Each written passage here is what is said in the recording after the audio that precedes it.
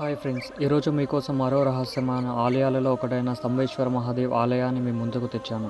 గుజరాత్ రాష్ట్రంలోని భరూచ్ జిల్లాలో కవి కాంబే అనే గ్రామంలో ఉంది.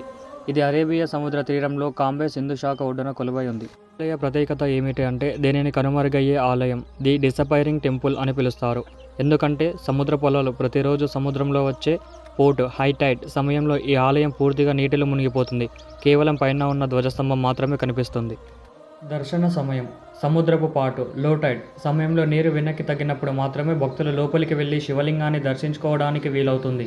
ప్రకృతి వింత, రోజుకు 2 సార్లు సముద్రం స్వయంగా ఆ పరమశివునికి జలాభిషేకం చేస్తున్నట్లుగా ఈ దృశ్యం కనిపిస్తుంది.